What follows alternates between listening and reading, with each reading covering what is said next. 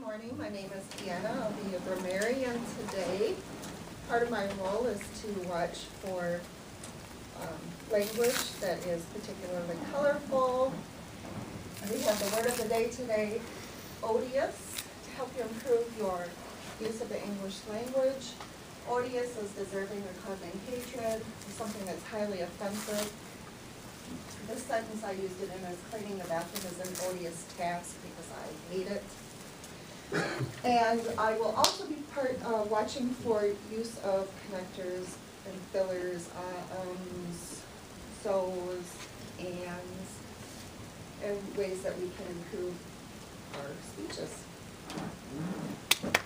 Thank you. And I'll have Chris come forward. He's our timer today and explain some about his role.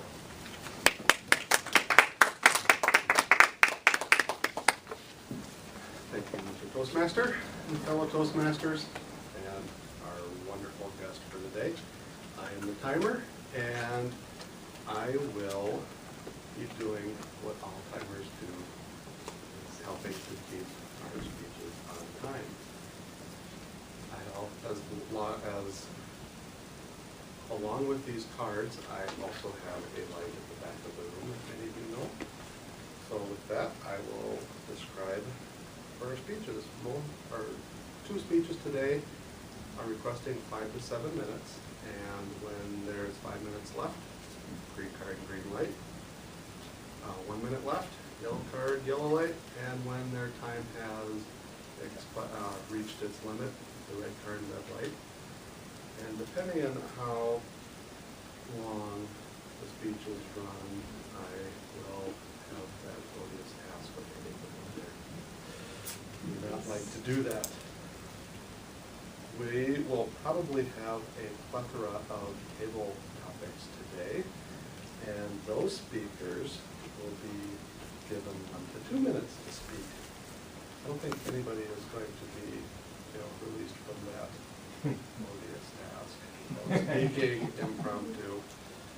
1 minute gets the green card and light, 1.5 minutes the yellow, and when they reach 2 minutes, they have fulfilled their maximum requirement to get the red card and light. And then our evaluators, all two of them, get 2 to 3 minutes. 2 minutes green, 2.5 yellow, 3 minutes get the red. Thank you.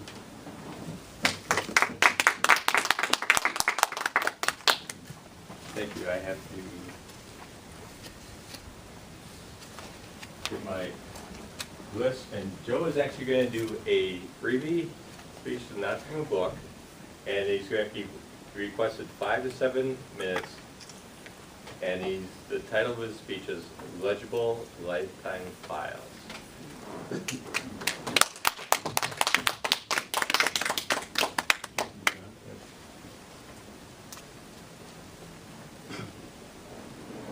Well, it's springtime, and what people think about in spring is straightening up, cleaning up, starting fresh. One of the things that has challenged me is an odious file system. Papers jammed together, files that I can't read, and I decided this year to solve that problem.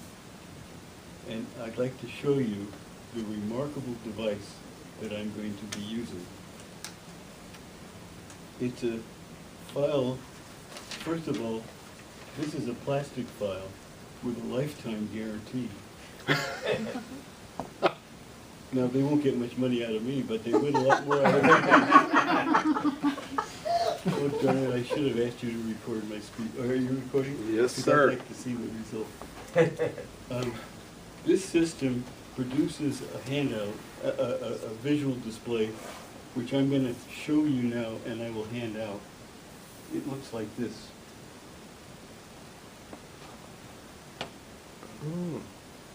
As you can see, it's quite visible. Much more legible than any file system I've ever seen before. Now, how in the world does it do that? Well, this plastic file, I'm going to hand this out so you can see it,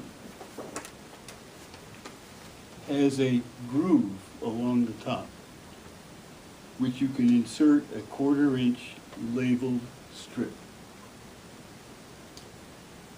Not only that, but I've carefully slid the plastic bar over a little bit so you can see what it looks like before and after the magnifier. There's about a 15% magnification built into the groove. Technically, should have been a 1/4-inch strip, but you know I never follow the rules. I used 1/4-inch, by the way, is 6 millimeters. I used a 9 millimeter strip. Ooh. And it wouldn't fit, of course. But the letters were bigger. I'll tell you how I got the letters in a minute. And so I had to cut a little strip off the top of the 9-inch strip. So this is a super large picture from a 9 millimeter strip. And as I say, I'll hand this out so you can take a look at it. It's really quite impressive. Now, how do you produce that strip? I don't know if any of you care, but I thought I'd tell you anyway. According to the instructions, you're supposed to either use Word or Excel. And trying to get Word and Excel to match exactly the right size challenged me too much. I couldn't make it work. Maybe you could do it. I don't actually have Word. I have Word on Apple. And their Word doesn't quite work the same as Word on Microsoft. And that may have been my problem. So what I used was a Brother labeler. How many of you have used the Brother or so you're almost all familiar with that? It's an amazingly simple machine to use. And I used, as I say, a 9 millimeter Brother labeler, and then I cut the strip off the top to get this very nice display. So, the answer is, I'm going to be cleaning up for the spring. Are there any questions that anybody would like to ask? I'm sure I told you more than you really want to know, but... Where do you find this system? Oh, I forgot to, thank you very much, Brad. I know who you mean. I do too, but I can't remember your name. Chris. Chris, thank you. This is a product of the Ultimate Office. Okay. And I got it all by email. Ultimate Office. And now, they have a very fancy catalog, and please don't get intimidated by it. If you start looking through it, you'll never get anything done. It's so great. But one of the things it has in it is this device, which is called the Poly Magna File. And I strongly recommend it. I'm really quite excited by it. And I've already used quite a lot of them.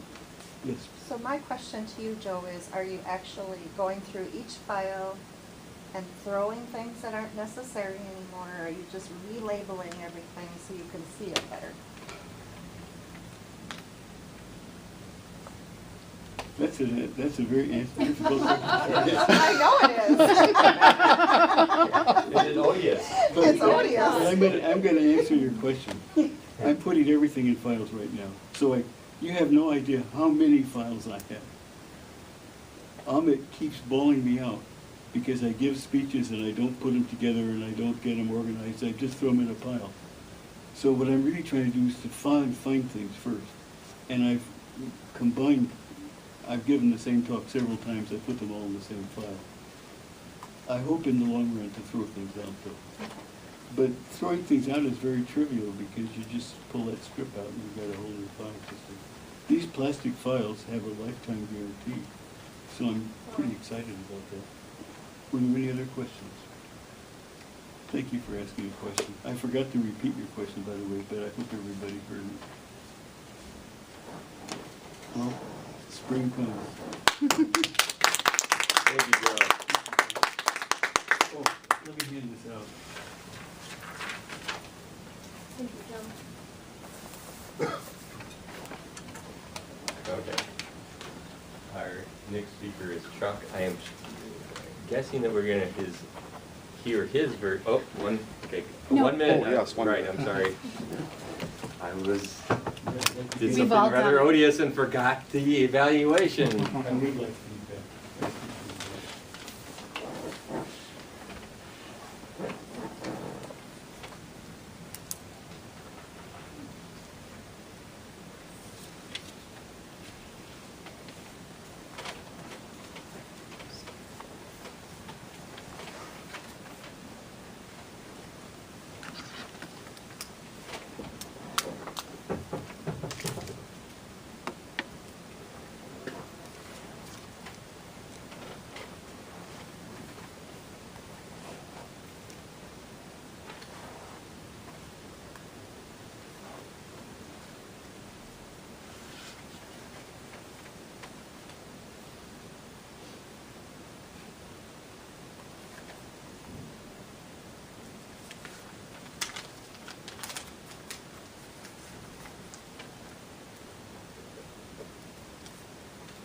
Okay. Now we'll have Chuck, and as I started to say before, I think this is probably Chuck's version of the Abby story that we've heard before. Well, it'll be our part 2, 3, 4, 5. Anyway, we'll hear it. I'm looking forward to hearing it. Welcome, Chuck.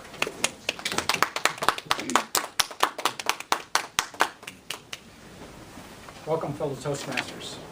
My name's Chuck Bradford. And it's been said that one way of getting to know someone is by examining their experiences in life that's made them or shaped them into the person they are today.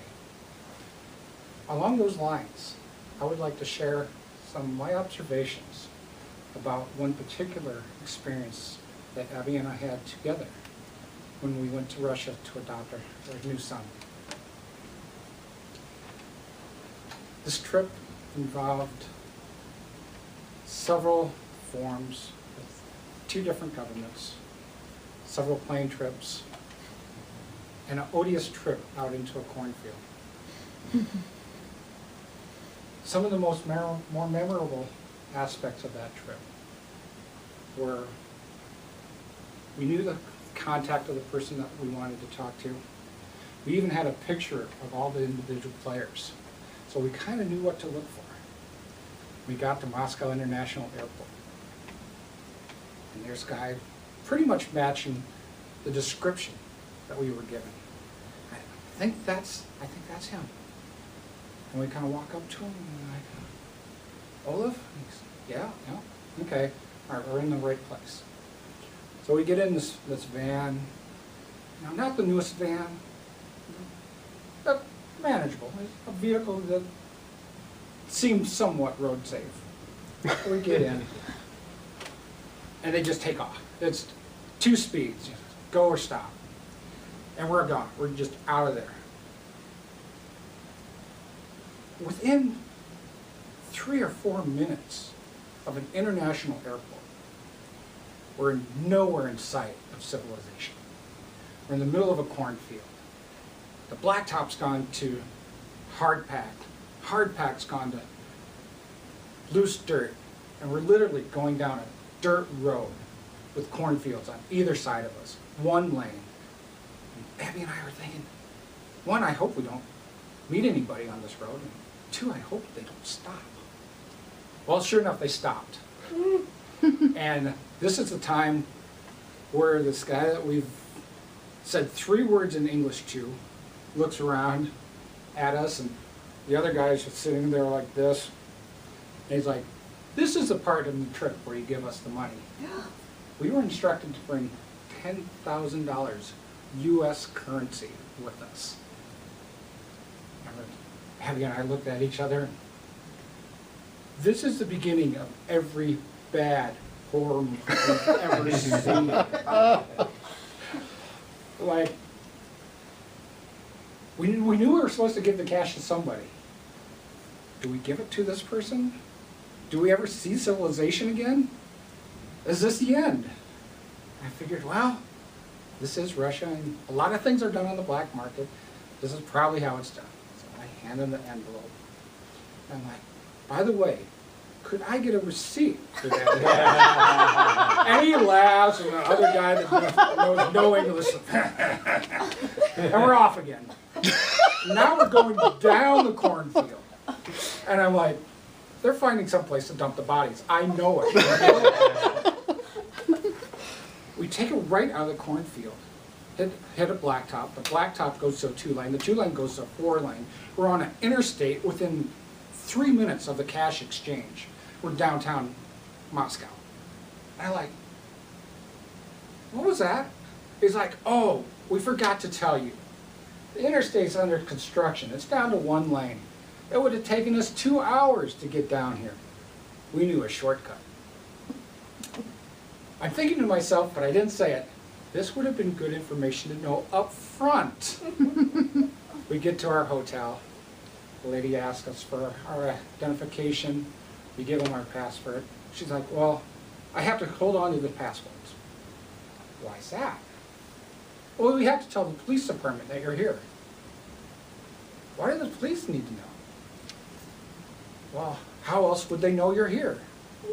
Okay, so the old guard in Russia is still somewhat alive, and that mentality still portrays in their system. After this, everything goes as we expected. We meet the director of the orphanage, we go to court, we talk to the judge, we get our translator. They pose several questions to us. Our interpreter told us, we're not going to translate everything, but basic summary. They're very impressed with your answers. And they actually agreed to our request for deviating from the required 2-week layover after the final approval, so that we could get our new son back to Mayo and have an expert look at him and evaluate his heart condition. So we convinced the judge, we convinced the court, we get a sign-off. Literally, we get a sign-off and we're back in that van like that. 2 minutes before close, we're over at the administrator's office. We get a sign-off on the exit visa, and we're off again, doing probably 90, 100 miles an hour, back to Moscow. We get to Moscow just in time for the flight. We get on board, we have our new son with us. We push away, and as we're going down the runway, as we become airborne, we notice 3 MiGs cut us off in our flight path. And I figure out which way south and north. They were going to Georgia. This was during the first conflict of Georgia, and one of the reasons why the Russian government no longer allows U.S. adoptions of Russian citizens. That's how close we were. We flew first class, free because of our miles, back to the U.S. And one of the things I wanted to do when we first got back to the United States was the consulate told us the minute our son's foot hits U.S. soil, that and not before is when he's officially a U.S. citizen. So I carried him off the plane so that his foot would not touch U.S. soil. And then on the jetway, out of the way, I had Abby take a picture as I set his foot down. I wanted to share that experience with you in a way of introducing myself to this group. Thank you for your time. I will turn it back to our Toastmaster. Thank you.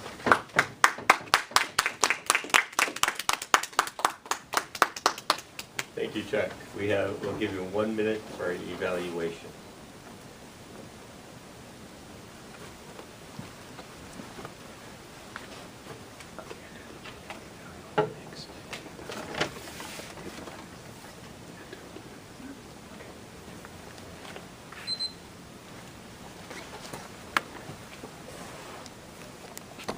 The evaluations, I'm going to ask Elizabeth to come up, and she's our state copy master this week, and I think we might be in trouble if she has a wrong bag. She had something up her sleeve. Thank you. Thank you, John.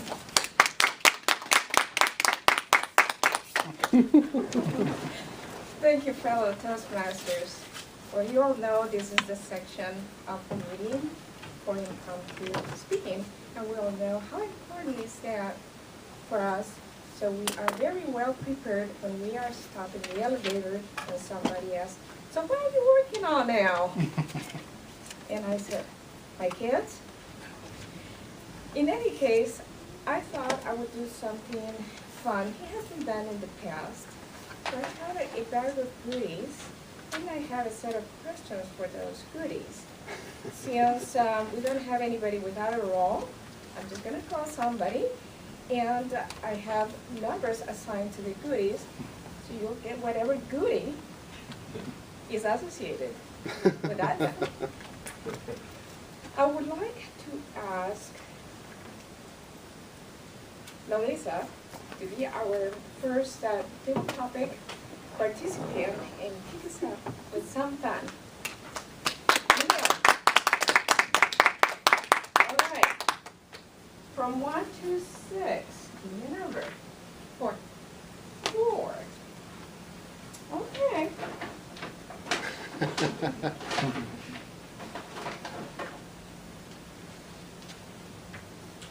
For all of us that we use computers, there's a wide variety. It's not about 100 different types of mice. You know, mice, computer mice, ergonomic mice. So, I'm giving just these two, which have two different purposes. Based on your experience, the looks, the feelings, and your first impression, tell me, which mouse would you use and why?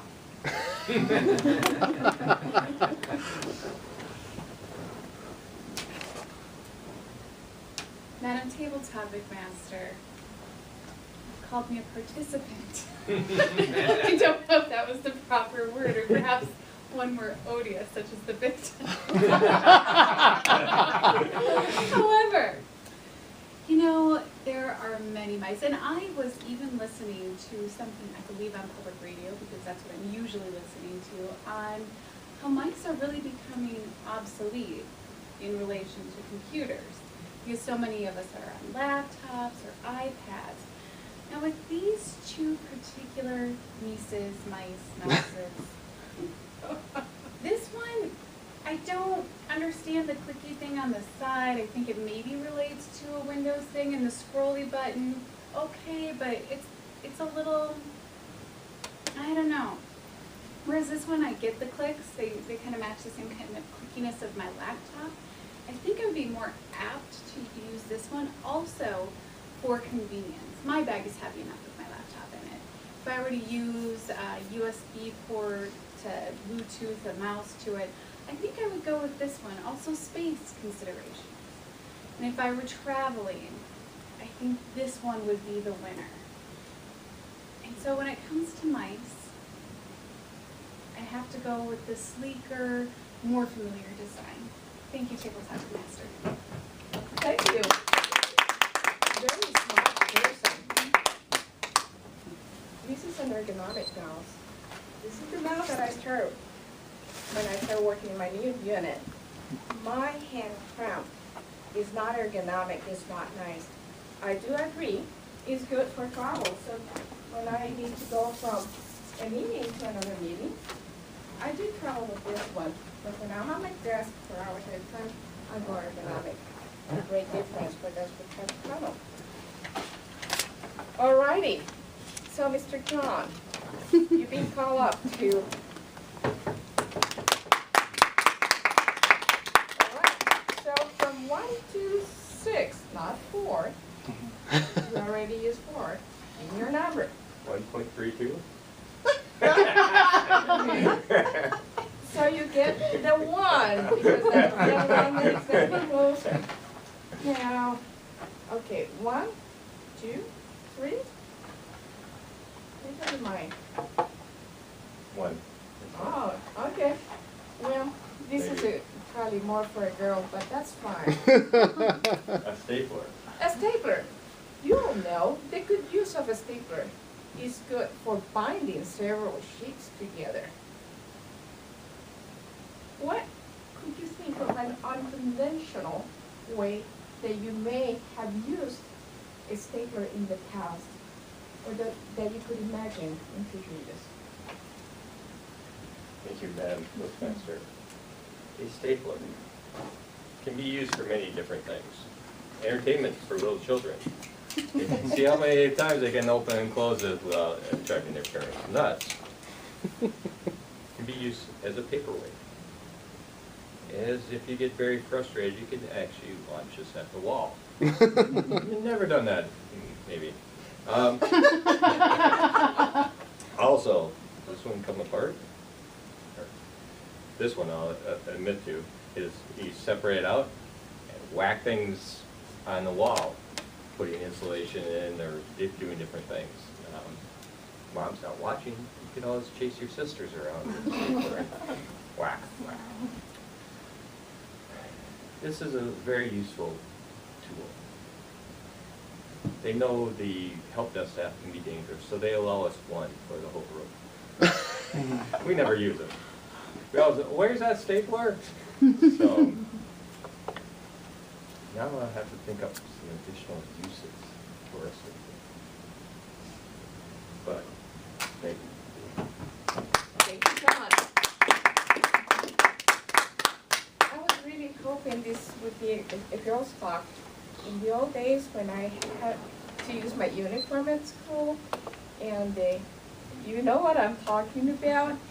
Oh, see? The girls know. So when the hem would come off, staple, staple. That was very handy. Never knew that one. I know, that's why I was trying to say, pick up another number, not one. Let me stop to one. All righty. Somebody has been smiling back there. Please come and join the fun in this odious task of cable topics.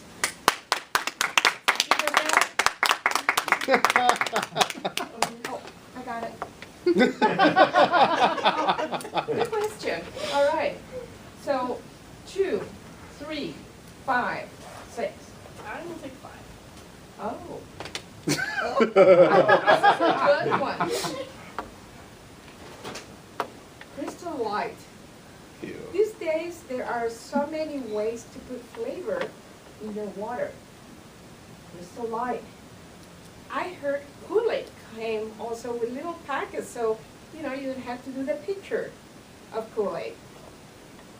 When I look at the ingredients and the flavors and whatever else, I scratch my head and I think, would that be safe to use? Could you elaborate on that? What is your opinion? Okay, my opinion on that. Well, first of all, I was handed this Crystal Light, and it has the flavor cherry pomegranate. Sounds pretty good. I wouldn't mind trying this. I can recall when I was a young child in summers asking my mother to make giant buckets of Kool-Aid for outside, or lemonade, so we could have this lemonade stand, or she would make Kool-Aid inside. I can recall watching her make this, and I was amazed at how much sugar it took for a little packet to add to the water. It was just like sugar, cup after cup after cup, and a lot of stirring, and then more sugar would go in. And I'm thinking, now we have all these artificial sweeteners and additives and things, and the packets are just tiny, and you can take them anywhere. But what is it that you're adding to your water? You know, it's citric acid, it's aspartame, and some coloring, some food coloring. Do we really need that in our water? Maybe, maybe not. But I'm kind of a fan of having a little bit of a sweet taste to my water. But the other concern I have with these is there's so much packaging going on, and then you've got another addition of a water bottle itself for the environment. So I'd like to see people at least buy a container like this that lasts a while with a flavor that they prefer, and they can just add it to their glass at home versus a water bottle. But if you're on the go and you utilize a water bottle and keep refreshing it, rinsing it out, that kind of thing, I'm a fan of that. But I always get so concerned with what are we actually adding to water, and can you walk? A lot of people walk away from soda, and then they go to this, and then maybe we go just to water. I don't know. In my own personal life, I've moved away from soda. I do tend to pick flavored waters, or I'll just drink fresh water now. So I think it's taken me a couple years to get back to that point. But think of, for your whole child life, always with adulthood, how many types of preservatives and sugars and additives do we add to our drinks? Crazy. Thank you. Thank you so much. Ladies and gentlemen, a clear expression of why we should or not drink flavored waters. Those little packets. Alrighty, next. Yes, Miss Primary. Thank you for joining. That doesn't count because I you know, said it. I know it doesn't count. Alright. It still is. Okay, so we have 2, 3, I want Abby's question. 2, 3, or 6. 2. All right. Your husband just came back from a trip and hands you this very pretty, how do you call it? Compact mirror? Yeah, you know, so you can put your favorite compact inside and change it. Very pretty. Actually, he came from Japan and he gave this to me. Sometime later, a friend of his mentioned how nice my husband was in giving me the same thing. How would you react when you learn that that gift that was given to you so personally was given to girl? Right. Before or after you married him? Ooh. Well, I don't think he'd be living. First of all. My reaction would probably be to find out more information about why another female friend would be so deserving of such a personal, precious gift. And I have to say, this has never been something I've encountered, but I don't think that the exchange would be very pleasant.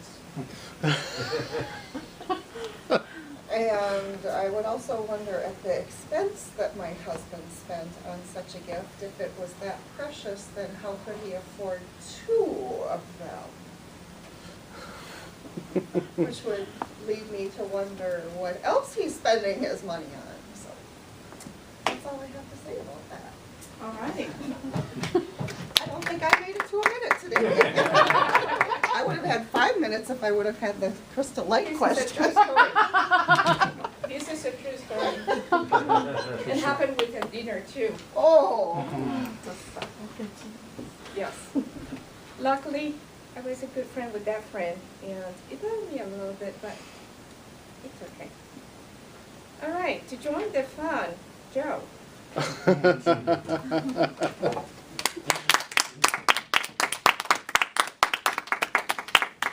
they have 2 things left, right?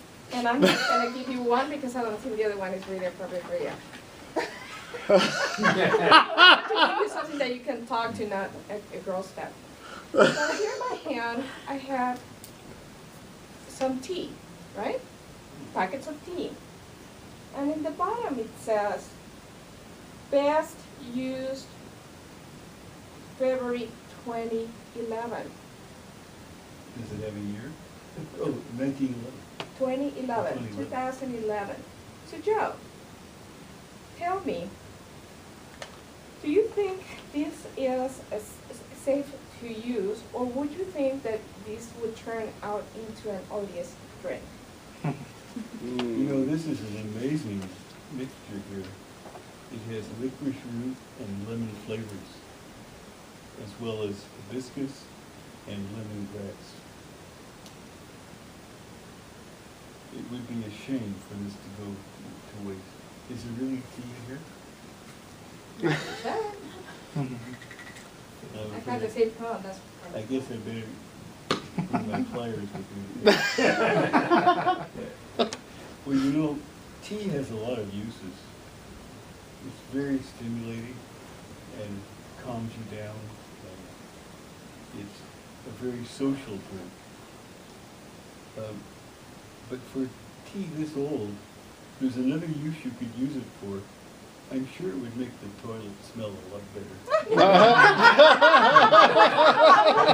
Thank you, Joe.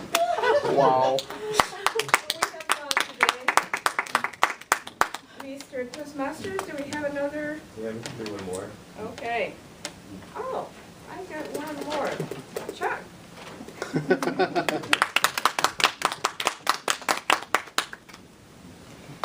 All right, Chuck. Hand sanitizers. Hand sanitizers are very widely used. They're in big pumps, in small pumps, in medical pumps, in whatever pumps. In your opinion, do you think it's better to use a hand sanitizer as opposed to just washing your hands? Or perhaps both? Thank you, Madam Toastmaster. Fellow Toastmasters, I've been asked to share my opinion of the contents of this vial. And unbeknownst to us, all these objects have something in common. They were all put together by Q's Labs for MI6. This vial contains a surface applicant poison, and this is the antidote. You take this prior to putting this on your hand. Once you've drinking your Crystal Light, you can safely apply the hand sanitizer to your hand. When it dries, you can go up to the foreign dignitary and shake their hand, and within 2 hours, that dignitary will pass away of mysterious natural causes. Thank you, Madam Toastmaster. Share my observations of this odious device.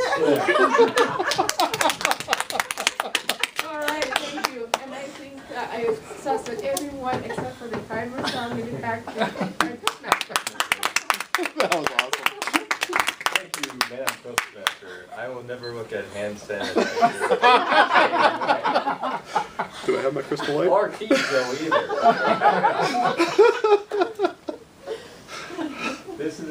We're getting in the time of our evaluation, and I'm playing the role of the genial evaluator too. And that was a very enjoyable table of topics and using the different props or whatever you may call them. But Joe, I have to admit, just like you put the tea down the toilet, I found out that used coffee grounds are excellent on tomatoes and getting earthworms and grass. I have problems with both areas, so I've been getting 20 pounds of used coffee grounds from Caribou Coffee a couple times a week and dumping them. The grass smells wonderful. I don't think I'll throw it down the toilet. So, but anyway, our first evaluator is Abby, and she's going to evaluate Joe's Speech today. Although some of us find organizing and spring cleaning and purging materials in the house, I find it kind of odious. But at times I also find that it feels good, and it feels good to purge things, give things away, donate things, make more space for new things. Joe, today in your speech you gave us some wonderful ideas on how to keep things organized. And I especially love the idea of the file legible lifetime files, the little magnifier, because at times I'll forget my glasses and I'll need to see things a little bit larger, and at a glance you might be farther away from the file and you realize, yep, it's still in the file.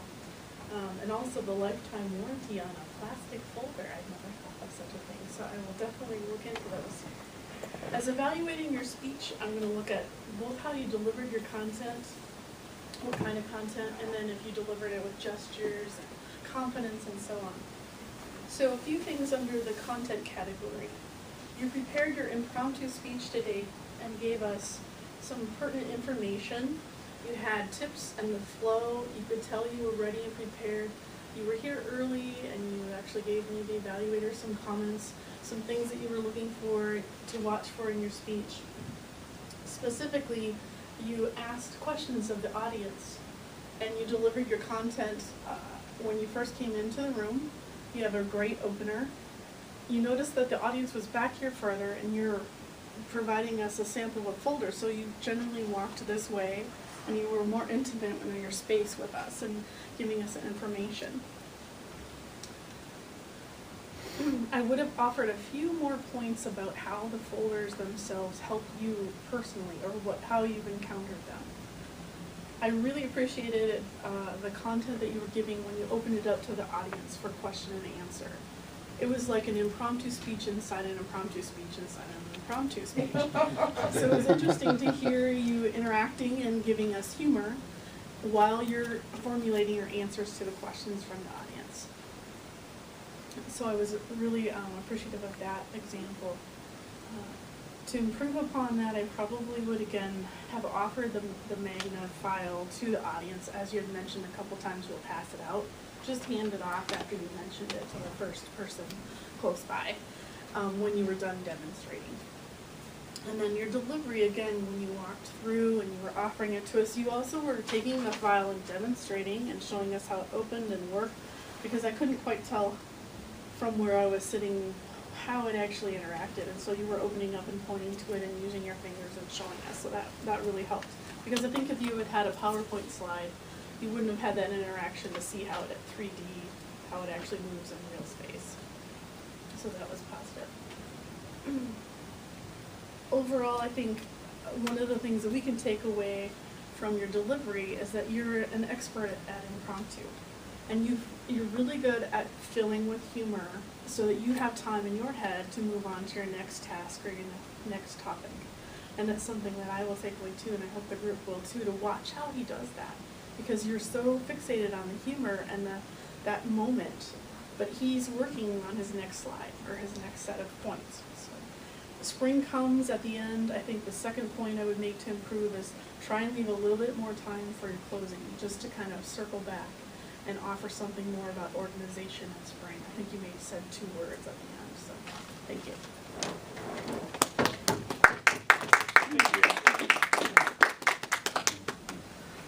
And now I'll ask Melissa to come up to do the evaluation of Chuck's trip to Russia.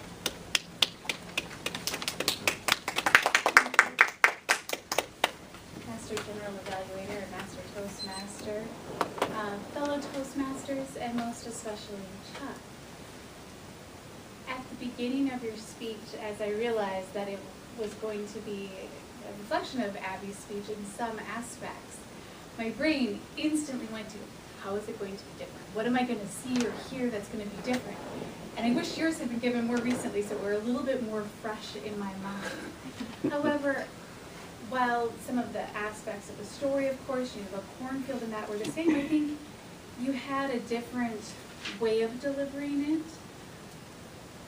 Kudos to you on using the word of the day within your speech. As a visitor, I have no idea how many speeches or how experienced you are in your speech making, but it's always impressive when it's a new face and they manage to work that in. You asked me to watch for connectors and repetition. And I can't say that I noticed it, and I apologize because it might have been there, but your story is so interesting that it's hard for me to pick up on it. However, it is one of my big, as Joe was saying earlier, grievances in life, is the use of those. And so generally I do, even if it's a great story, even if it's Carrie Miller, I usually check. It'll stop me. So I don't think that you use them, but you may have. You mentioned having a picture of all of the players. And I thought that was intriguing, and I don't know if you all still have pictures of all of the players in the game, but that would be a nice visual aid to have. Also, I can't remember if Abby mentioned having that picture.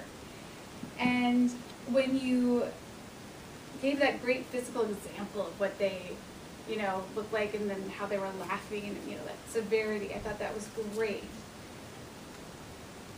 I do feel that you had such a strong use of humor, and then you also went to such a moving place toward the end in the touching of U.S. soil. I mean, you naturally became choked up. That, as I was thinking about it, it would be two big thoughts. One is that it would be nice to have a structure that has it built in. At the beginning, the first time my child touched U.S. soil, or something there at the beginning that ties back to the end, perhaps. My other idea of what I would love to see someday is for both you and Abby to be delivering the story up here, and even talking about the same parts, because your delivery is different. I believe the details, and I wish my brain were better and could say this was what was different, but I believe the details that you share are different. It's interesting to have a husband and a wife perspective. It's interesting to have the male and female perspective. And in stories, there's always two different versions, if not more. So I think it would be such a treat to see like a 15-minute, 25-minute speech going back and forth between your versions. I would love that. I'm out of time. Mr. John, I don't want to give Chris that odious task. I'm going to, and I better get going.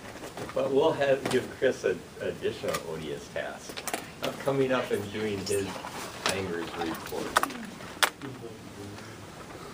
Oh, and I'm sorry, Oh, yes. I forgot the grammarian. This is my first time. And Well, okay. Sorry. Thank you, Mr. General Evaluator. I will keep it brief today as we're nearing our hour. Here I said, yeah, I think I've done it twice now. Keeping myself honest. We had a great use of the word odious today. I'm very pleased that even Joe approved my word today, so that's high marks for me, I think. We had Chris using it once, Joe using it once, Chuck using it twice. Great job. Melissa using it twice. Elizabeth used it twice, right? Kind of? One for real and one put it out, I think. And Abby once. Great job. Thank you very much. Now, as far as paying attention to colorful language, I have to admit that both of the speeches today were so fascinating that at times I was lost in listening. So I would like to say, as far as Joe's speech went, I was particularly impressed by the precision that you used with your language, and it was an informational speech and perhaps not a lot of colorful language in it, but yet you were very precise and scientific, if I may say, with your use of language. One of the few things that stuck out in my mind was the 15% magnification, which I think was a very important point that you made. And also the precision that you used with the measurements of 6 millimeters and 9 millimeters in describing the label size. For those of us who aren't used to the metric system, you could have possibly converted that into the English system for those of us that aren't as familiar with millimeters. That might be a suggestion I would make, but I'm not here to evaluate your speech. I also really liked when you were doing the table topic, how you were reading the ingredients of the tea and they sounded so lovely. And then you just dump them down the toilet. I thought that was a great segue. Because I really wanted to drink the tea when I heard hibiscus and lemongrass, and I'm thinking, wow, that's a beautiful tea. And Joe's going to dump it down the toilet. For Melissa, I liked how she asked or phrased the question, participant or victim, to Elizabeth. And for Chuck, it's not so much the use of your language, which was very appropriate, but you really told a story today, and you used your body to help tell the story. And I think rather than focusing on the words you use, I just wanted to say thank you for making your story more real and visual to us by, you know, when you were pretending to be the mafiosa from Moscow and, you know, asking for the receipt and how he chuckled at you. And it just really came alive to me in how you painted the picture for us. So thank you. For I counted 1 from Abby and 2 for myself. I'm not sure that I heard any other connectors today. I think we did a really good job something that we always want to be aware of. That concludes my report.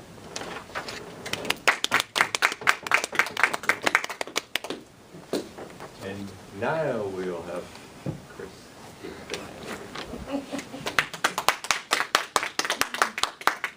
Thank you, Mr. General Evaluator / Toastmaster. In timer mode here, I do recall one major difference with your speeches and Abby's. I got the impression that Abby, you guys were traveling for close to an hour out to the middle of nowhere, whereas, yeah, I remember you said like I think I heard 4 to 5 minutes, not 4 to 5 minutes. Maybe that was the big difference, but not my perception. Now I'm caught somewhere in the middle. Anyway, for Joe's speech, he asked for 5 to 7 and came in at 6:20. For Chuck's speech, he asked for the same and got 7:28. I couldn't bring myself to hit the buzzer, but you were nowhere close. Melissa, for the table topics, everyone was given a slot of 1 to 2 minutes. Melissa was at 1 minute 29, John at 1:12, Abby at 1:56, Deanna at 56. Joe, I want to tell you that there is a product called Poo-Pourri. So I think that might be more expensive than these. And you were 53 seconds. Chuck was 1:05 for his 00 standard impromptu speech, so that was awesome, by the way. Abby's evaluation, she's given a time slot of 2 to 3 minutes, so it was 3 minutes and 45 seconds, and Melissa had her evaluation at 3 minutes 22. Thank you, Chris. And thank you for everyone who participated. And I think we had a very good meeting. It was different than normal. And the table topics were very enjoyable. And we'll have to see what comes in my next bag of tricks when I'm the topic. Thank you for coming.